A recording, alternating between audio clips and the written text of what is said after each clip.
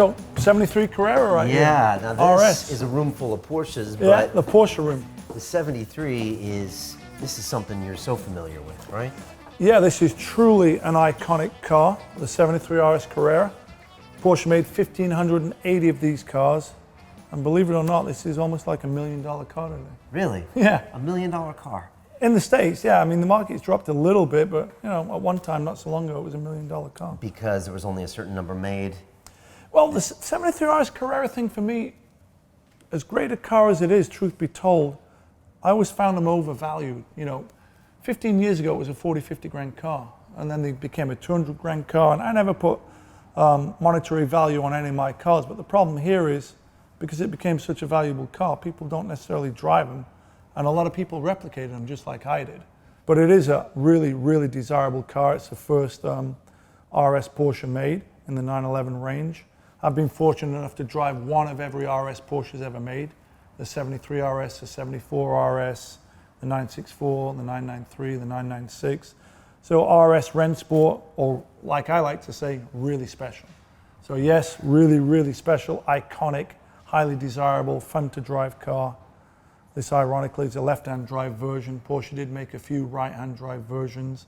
I believe Hexagon Classics actually gave a right-hand drive example to John Watson, the Formula One race car driver from the 70s, back in 1973. He still has the car and he's still driving it today.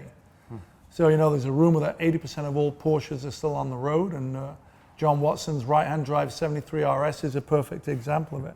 This one looks stunning in light ivory. Now, and this is a classic restoration. So if we walk around this car, I mean, if Magnus got his hands on this, what would you start doing to this thing? Well, truth be told, I'm known for outlawing and modifying Porsches. But what a lot of people don't know is probably almost 50% of my collection is unmodified. So people always say, what cars do you modify? Well, the car determines if it's getting modified or not for me. You know, 277 started out as a 71 911T that I sort of made appear to look like a 73 RS Carrera. I love telling the story about how I have driven original RSs. I drove one in Germany, and I jokingly said to the owner, when he said to me, what does it drive like? I said, it just drives like all the replicas I've driven. But there is something special about a 73 RS, and that's obviously why we're here, stood talking about it.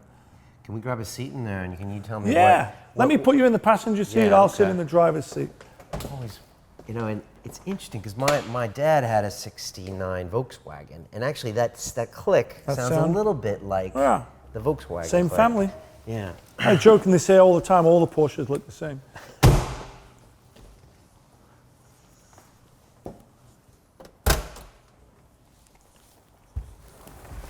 Yeah, it'd be great if we could go take this out. Remember earlier on, though, I was talking about the Momo steering wheel and how I was fortunate enough to be one of the very few people or non-professional drivers that ever had his own Momo signature wheel. So what I did is I combined the Pro Tipo, which is this, but you notice it's kind of got a thin grip, with the Jackie Stewart wheel, which had a thicker grip. And then I had Momo distress the leather, kind of like my leather jacket, so it didn't look like a brand new wheel. Obviously, this is a vintage wheel. But the great thing about the DNA of the Porsche is this really looks no different to a 64 911 inside. Okay. You know, they just evolve. But it is really an iconic, classic Porsche that a lot of people do lust after. What are some of the things that feel like home to you in here? Is it like the dash is always there? You obviously knew right where the shifter It's a is. familiarity of everything's where, you know, where you remember it being in the other car, and nothing's really that much different, even though this car might be worth 10 times a non-RS. Everything's familiar, it's in the right place. The seating position is ergonomically correct. It's easy to heel and toe on the pedals. The shifter's right where you want it. The visibility is perfect. I mean, you get in a Ferrari of this era, you kind of sat like this. You don't see out the back quite as much. This is a very user-friendly, everyday supercar. You know, back in the day, you know, this was the cream of the crop back in 1973, 44 years ago.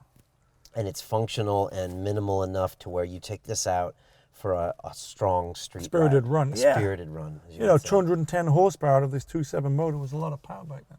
Yeah. The car probably weighs 2,300 pounds, you know, it doesn't weigh much. And I know some people, I think in the book you alluded that maybe make the mistake of trying to put in a huge engine into this car. But for you, it's not necessary, right? It's not what the experience is all about, just jacking up the horsepower, right? Yeah, a little bit for me is less is more. It's more fun sort of, trying to chase down higher horsepower cars. It's like that underdog British Bulldog spirit again, but Porsche got a lot done with, a minimal amount of horsepower. I mean, 210 horsepower by today's standards is not a lot, but this car is able to put that power down on the ground where you utilize it. Sometimes big horsepower, you can't utilize that all the time. You run out of road pretty quickly, or, you're just spinning rubber. So this is kind of the perfect combination of weight and horsepower, I believe, in a dynamic, great handling chassis that's nimble, stops good, and handles great. So in essence, it's a lot of fun to drive. Sounds great, looks good, and more memorable moments on the road. Continue watching this fascinating conversation for free by clicking on the link below to visit our website, learn from the best minds in the world,